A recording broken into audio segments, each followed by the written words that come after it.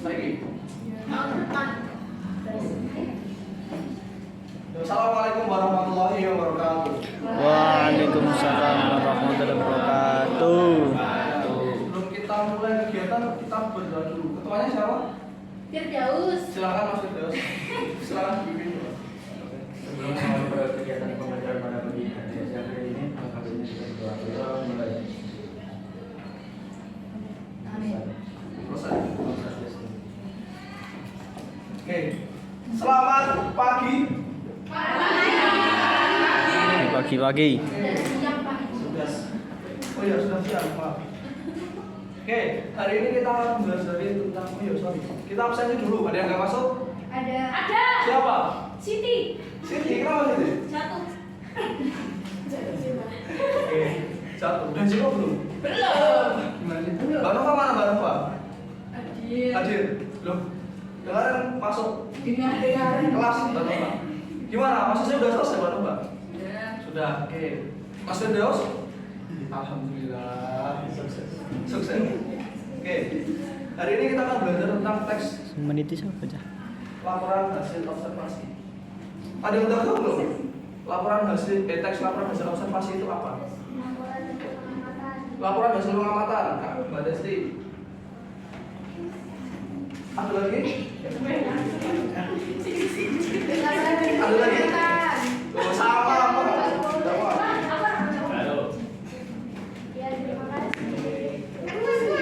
Mbak Vera, silakan Mbak Vera. Teks yang berisi penjabaran atau laporan sesuai dengan hasil pengamatan di lapangan. Sangat lengkap sekali. Oke. Masih banyak, tenang. Aku Pak. Udah, oke, next.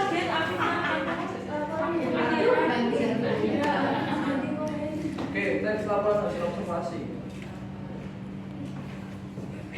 Di sini kita akan belajar tentang mengenal apa itu teks laporan hasil observasi dan pengertian mengenai topik dan gagasan utama yang ada di laporan teks hasil observasi.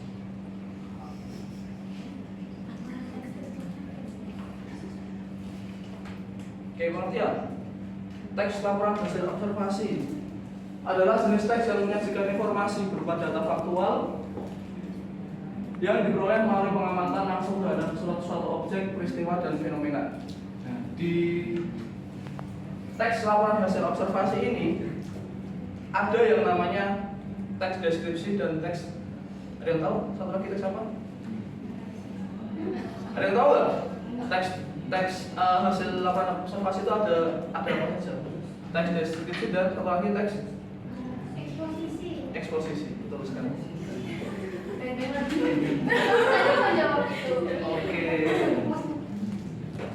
Oke, bedanya kalau misal teks laporan hasil observasi itu berdasarkan fakta lapangan yang ada. Kalau teks deskripsi itu berdasarkan pengamatan dan pendapat dari yang mengamati. Jadi bisa diolah datanya, bisa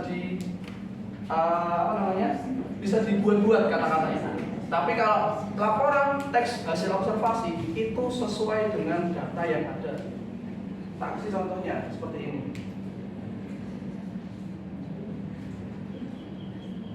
Sorry.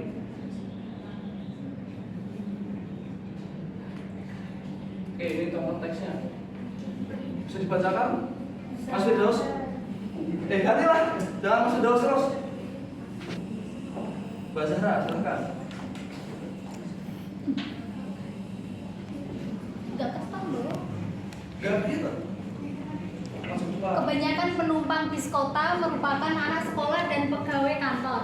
Itu terlihat dari seragam mereka. Seorang peserta didik berseragam SMP berdiri tepat di belakang sopir. Posisinya menghadap ke arah penumpang bus kota yang lainnya. Seorang ibu hamil duduk 1 meter darinya. Tepat di depan peserta didik itu, seorang ibu hamil lain duduk sembari memangku anak balitanya. Tidak jauh dari ibu itu, duduk seorang laki-laki penyandang disabilitas atau difabel dengan krup yang disandarkan pada kursi. Oke, kalau kita melihat dari teks hasil laporan observasi ini, kira-kira penulis itu berada di mana ya? Apa yang dia amati? Dalam bus, suasana Apa? Apa Mbak Zara? Suasana di dalam bus. Oke, tuh. Jadi di contoh tes ini penulis menjabarkan mengenai kondisi di dalam bus. Oke. Nah, di tes laporan observasi itu ada juga ciri-cirinya. Tadi di awal di pengertian sudah disebutkan ciri-cirinya. Satu, itu berupa data fakta. Yang kedua, mengandung fakta. Yang kedua itu bersifat objektif. Artinya tidak ada keberpihakan penulis. Jadi sesuai data, tidak boleh dirubah-rubah. Oke, yang ketiga adalah ditulis lengkap, detail dan menyeluruh. Dan selanjutnya adalah bersifat kekinian atau terbaru. Dan yang kelima adalah menambah pengetahuan. Jadi teks laporan observasi selain pengamatan itu juga harus berupa menambah pengetahuan untuk para pembaca. Itu dia. Oke. Nah, next. Nah, selanjutnya kita masuk ke topik dan gagasan utama. Topik. Apa itu topik? Ada yang tahu nggak? Apa? Tema utama. Tema utama. Gagasan utama sama topik bedanya apa? Bedanya apa? Topik yang akan dibahas. Oke, topik adalah ide atau pokok pembicaraan dalam teks atau karangan yang menggambarkan keseluruhan isi karangan. Dan kalau gagasan utama merupakan ide utama atau inti pembicaraan yang ada dalam sebuah paragraf. Kesimpulannya, kalau topik itu adalah ide dari keseluruhan dari paragraf 1 sampai paragraf terakhir itu namanya topik. Tapi kalau gagasan utama itu yang berada di awal paragraf, itulah jenis-jenisnya. Beda lagi. Gagasan utama berarti berada di Bisa jawab. bisa jawab. Intinya berada di dalam paragraf. Itu. Emang topik nggak di dalam paragraf? Tidak mendengarkan berarti. Topik tadi apa? Yang tadi Menyeluruh. Jadi sampai paragraf 1 sampai paragraf terakhir itu namanya topik. Tapi kalau apa namanya? Gagasan utama itu berada di sebuah paragraf. Oke. Baca sepeda adalah kendaraan yang umum dipakai anak SMP perwira. Setiap hari pulang belajar mengayuh sepeda ke sekolah dan mengarahnya ke tempat parkir khusus sepeda yang dibangun sekolah 2 tahun yang lalu. Ya, oke. Di paragraf ini kira-kira gagasan utamanya yang mana? Berada di mana dan apa kalimatnya?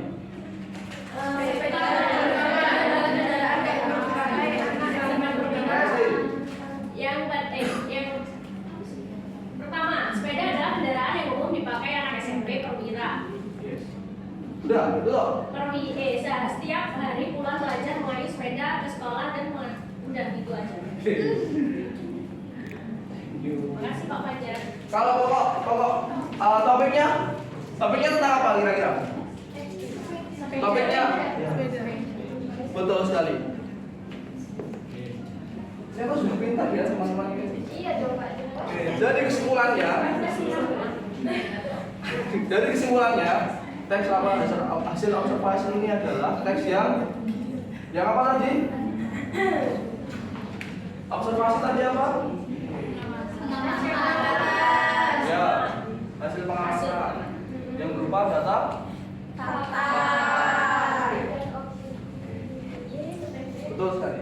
Boleh berdiri sebentar? Boleh duduk sebentar?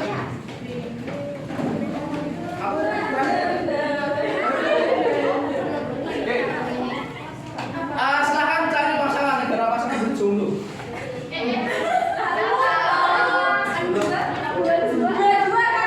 Boleh. Bertiga juga boleh. Oke, silakan sekarang tangannya begini.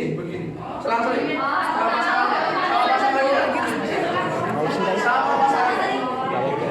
dan video ini sebelum Kita ngajar 15. Bapak siapa?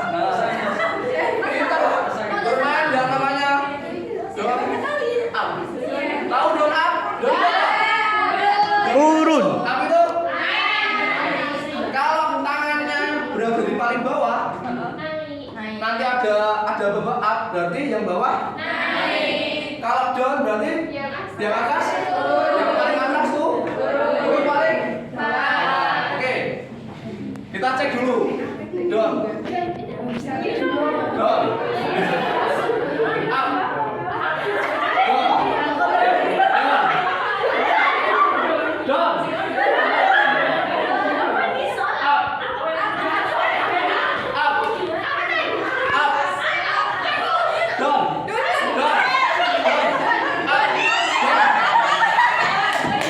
Oke, silakan dulu kembali.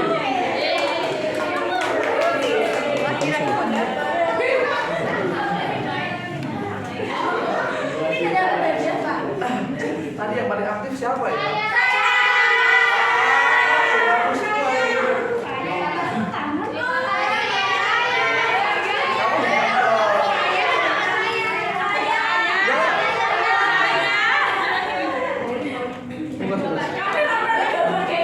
Oh iya, masih mau dikasih satu.